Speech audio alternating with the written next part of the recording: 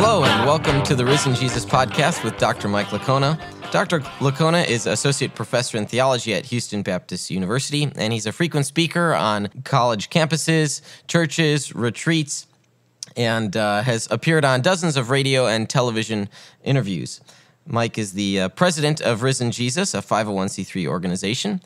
My name is Kurt Jaris, your host. On today's episode, we are talking about mentoring experience. Now, Mike, you are someone who's really taken heart to the concept of mentoring, and you yourself have been mentored by some big names in the apologetics world.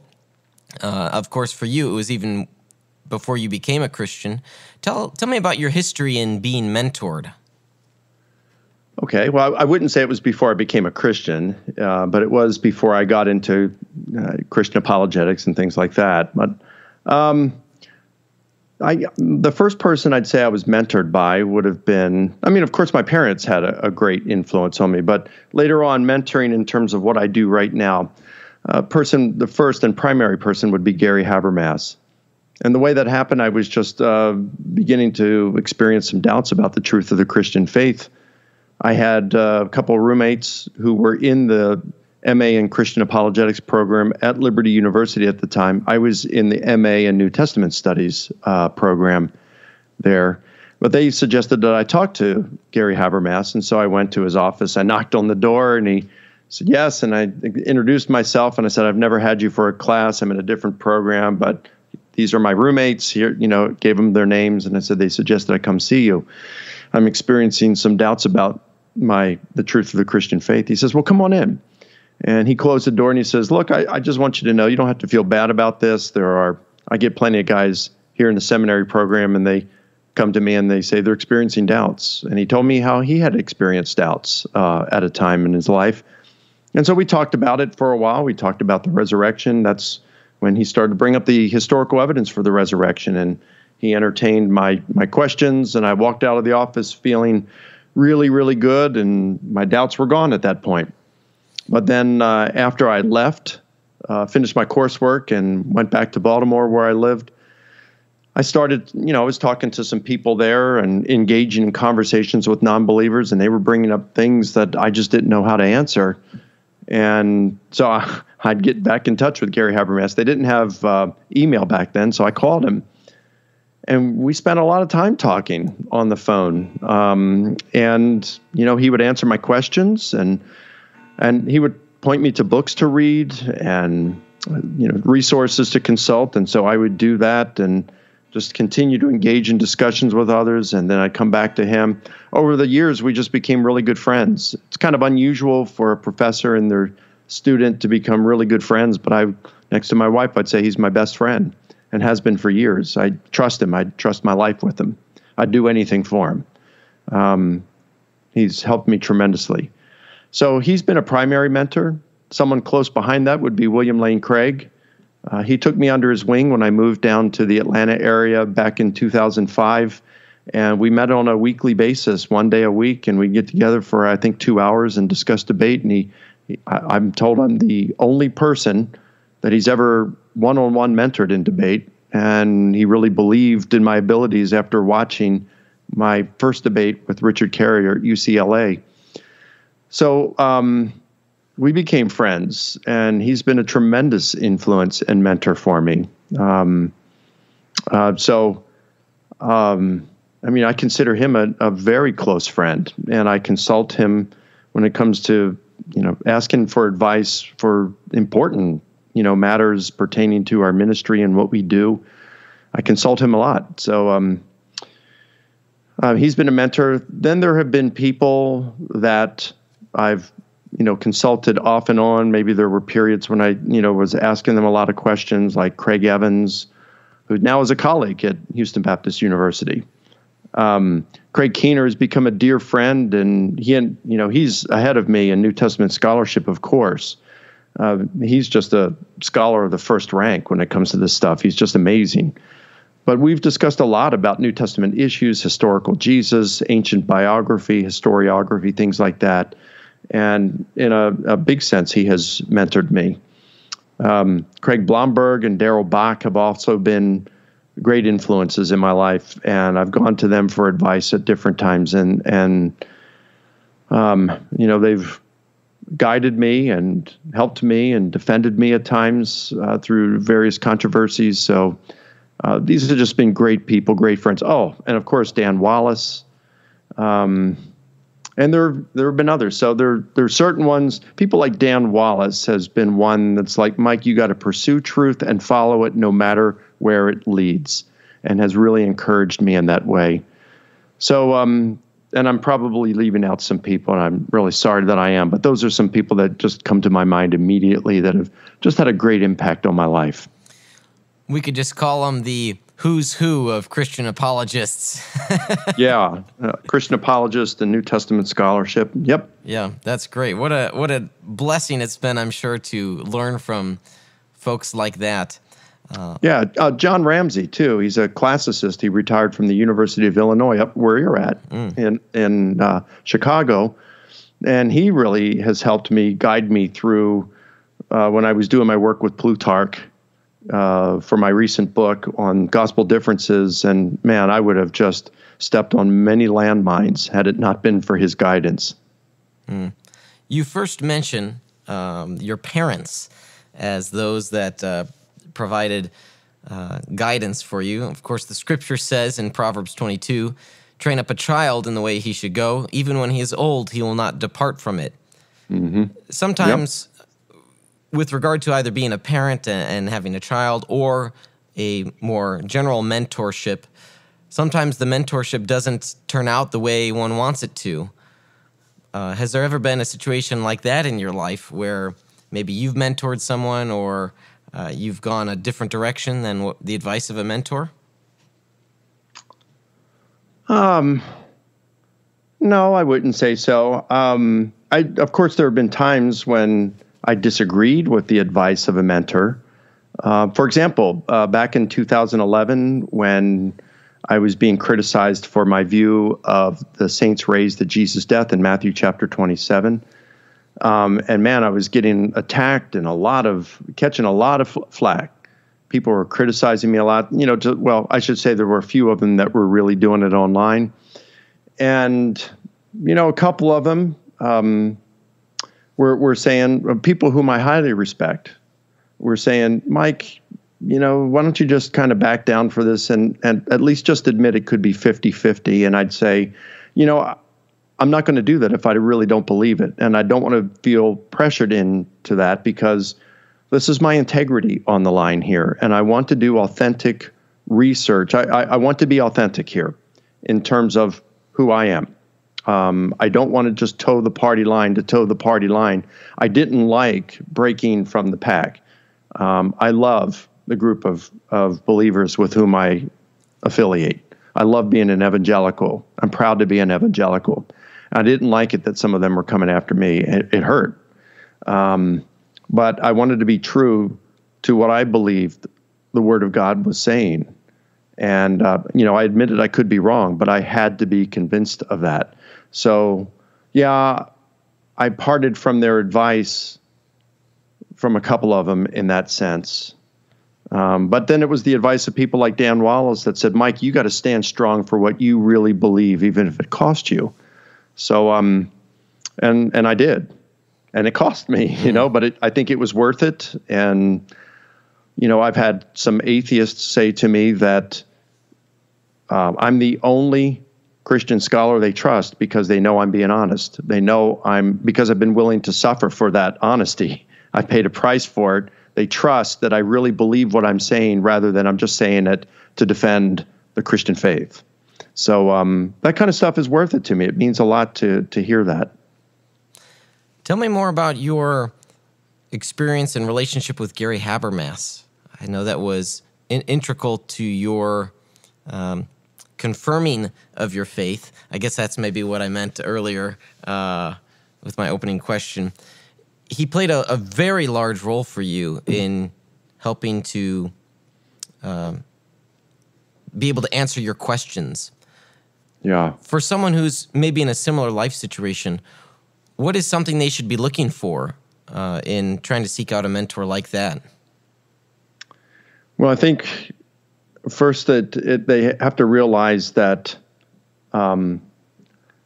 professors, people who would be mentoring, whether it's a professor or a Christian apologist full-time, like a Frank Turek and Alex McFarland, a Lee Strobel, someone like that, our time is limited. So you just can't go and ask someone, hey, would you mentor me? I mean, you can, but you can't really expect that they're going to say yes. I was blessed that Gary was willing to take that time with me.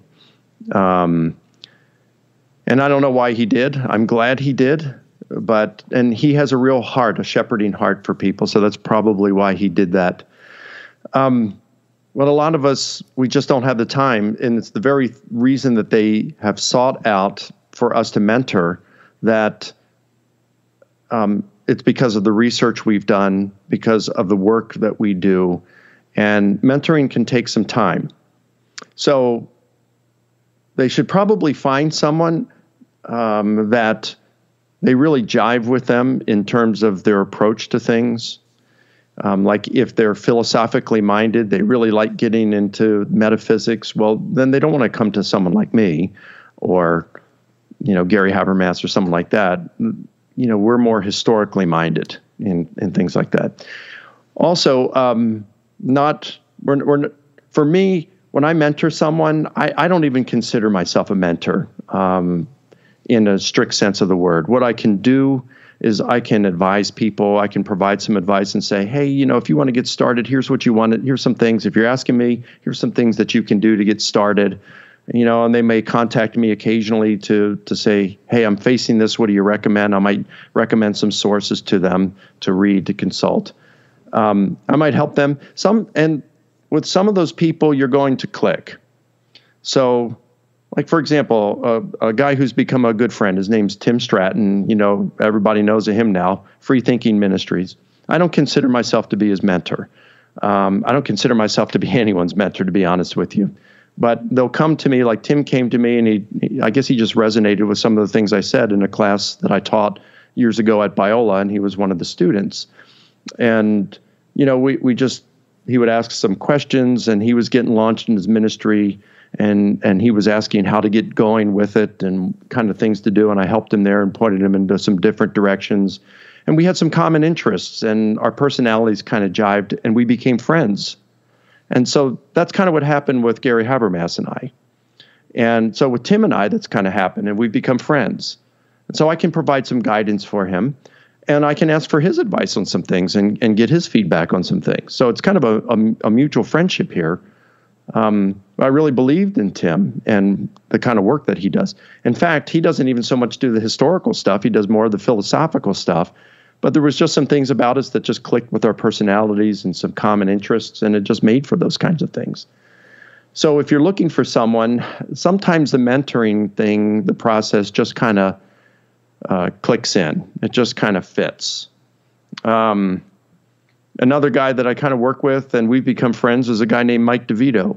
He contacted me while he was an active player in the NFL with the Kansas City Chiefs a few years ago.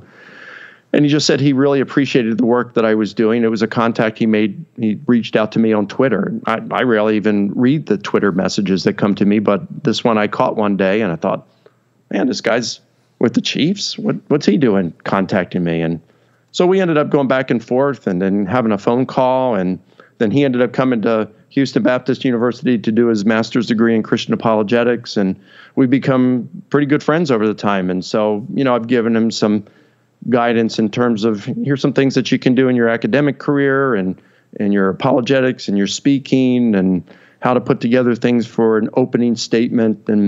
But we become friends. There's some common interest. We have several common interests, and our personalities just jive together.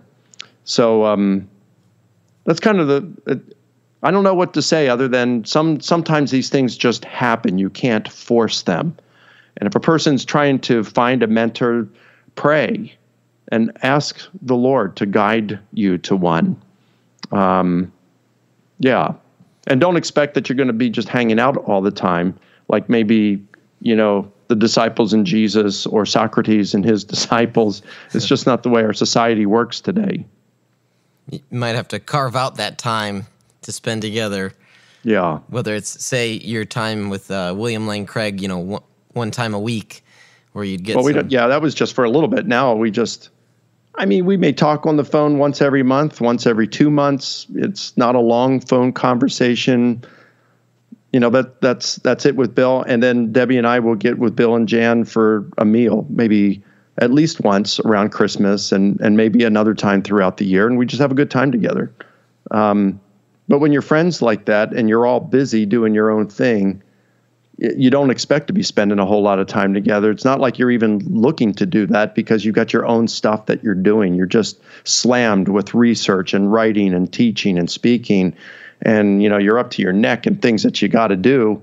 But it's nice to know that you got friends there that you can just reach out to for a quick phone call or a quick email and, get some help on some things or just to say hi or to hang out and keep that friendship going. Mm.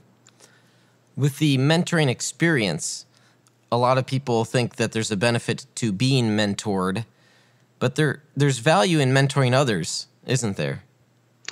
Yeah, I mean, it's, you commonly hear it said that the best way to learn something is to teach it. And so when you're mentoring someone, for example, I did not consider myself to be a mentor of Nabeel Qureshi. I think he considered me to be a mentor to a large extent. But when he became a Christian, he faced a number of questions and he would call me quite often and we'd have conversations over the phone. And he asked very, very thoughtful questions like about gospel differences, authorship of the gospels. He had had a rigid view growing up in a Muslim family about verbatim, the way things appeared verbatim in the Quran. This was verbatim. What about when things in the Gospels, something Jesus said is different in one gospel than the other? The meaning is the same, but the wording is different, and that troubled him. And so we would talk through these things, and of course it helped me to. I'm wrestling with some of these things at the time, and it helps clarify your own thoughts, and it helps you, as you think through these things, learn how to communicate them a little better. You work through these things together with the person in some cases, and maybe some things I might have an answer for it. And maybe the person I'm working with brings it up, the problem up, the challenge up in a manner that I haven't thought before, and maybe reveals a weakness in my own thinking. And then I have to rethink that and say, well, maybe I'm wrong, or maybe I need to tweak this a little to make it correct. So yeah, there's always help in there for the person who's mentoring. What would be your advice to someone who's, say, studied apologetics a little bit, or, theology or Old Testament or New Testament criticism, some field related to Christian worldview stuff, who studied this material, but who nevertheless is, say, insecure about trying to help others? Well, if they are, the more you study this, in your field, the more you become an expert on these matters, the more confidence you get.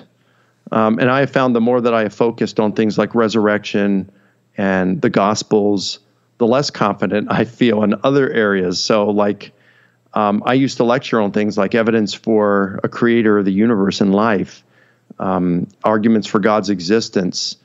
And I suppose I still could to an extent, but I really don't want to because I feel insecure in those areas.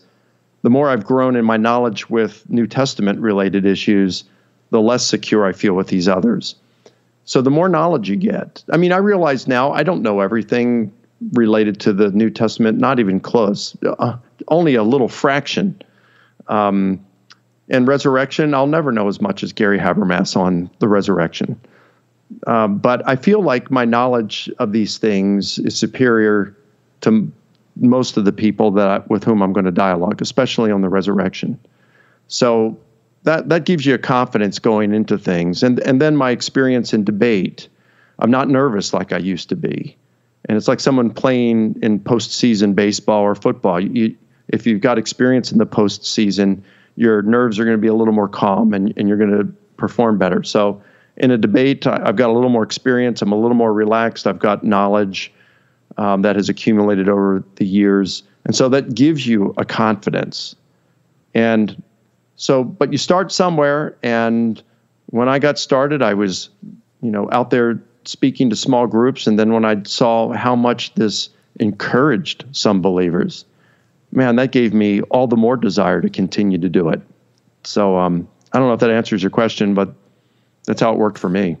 I think so. So what you're saying is, for people that might have some of that insecurity, as you mentor people and as you experience and do more of this work, you're going to gain some confidence and a greater willingness to share what you know with others.